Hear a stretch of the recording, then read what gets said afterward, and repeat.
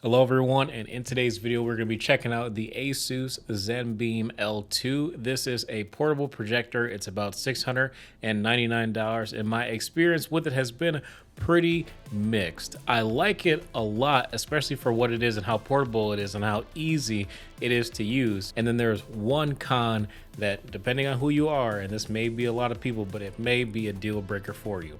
Let's go over the external design of this projector real quick. Like I said, it is portable, so it does have a battery and it does have a lot of really cool technology as well, like auto keystoning. Basically, it will just realign on any vertical surface that you put it on. It has an object avoidance that it does automatically as well to move the screen out of the way of a stationary object. It does feature sound by Harman Kardon as well, and the speakers do sound pretty good. And then on the back for the ports, we have the power input, USB for charging, a USB Type-C for display and charging, HDMI, and then we also have a headphone output jack as well. On the bottom, we do have two levels of kickstand functionality. So we got the first one that'll just tilt it up slightly, and then another that'll give you even more lift. And then you also have a port down here so you can mount this on a tripod as well. And then up top we have some controls, control the volume, move around the user interface, which is a Google-based user interface as well, back button, different scene modes, and your inputs to switch between those as well. But underneath this lid, there is also an Android TV box that they give you included, and the remote is this nice handy dandy remote with a couple shortcuts like YouTube and Netflix. Then you also have a voice assistant you can use on the remote as well to use Google's voice commands, your power button on the back here.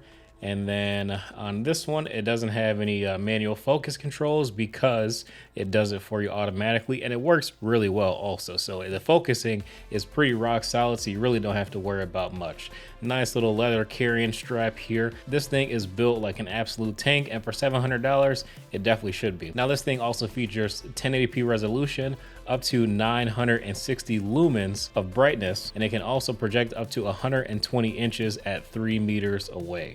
Now with the battery in this bad boy, I would definitely say you should be able to get through most, if not all, of a movie without plugging it in, as long as that movie is about 2.5 hours long. And then if you're watching a 3-hour or longer movie, I would definitely recommend putting it on the eco mode. That mode is rated for up to 3.5 hours. Now in terms of the brightness of this projector, the 960 lumens, especially at night, is going to be more than bright enough. You may even have to turn it down a little bit depending on your ambient lighting in your room. But using this thing in either a well-lit room or during the day is going to be pretty hard. It is kind of usable during the day, but even a really bad TV from, let's say, 10 or 15 years ago is still going to look better than this bad boy during the day, so just keep that in mind. So you need to have this projector in a light controlled environment for it to really shine. The carrying case is quite nice as well, and so is the Google TV interface. Super easy to use. The easiest way that I found to cast media to this thing, to go to the app that you want to cast something, so like YouTube, for example, or Netflix works as well. But outside of those, if I wanted to cast, let's say like Spotify, it just did not really work out that well on the iPhone. Now, the con that I was talking about with this projector, because pretty much everything is good, the speakers are good, the brightness is good at night, of course, and the user interface is very easy to use.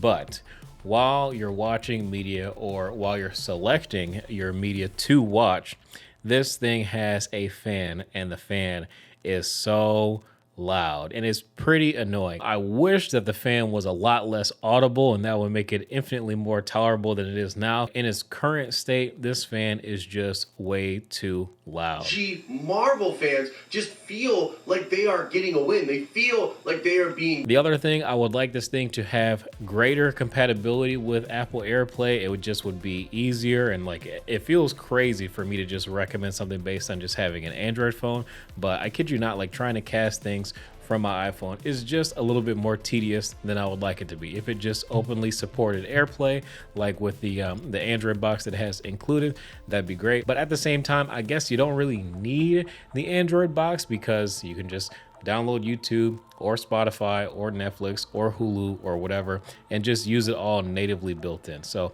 I guess that's kind of a moot point. You just have to make sure you never lose the remote. Otherwise, that's pretty much all you guys really need to know. It's $700.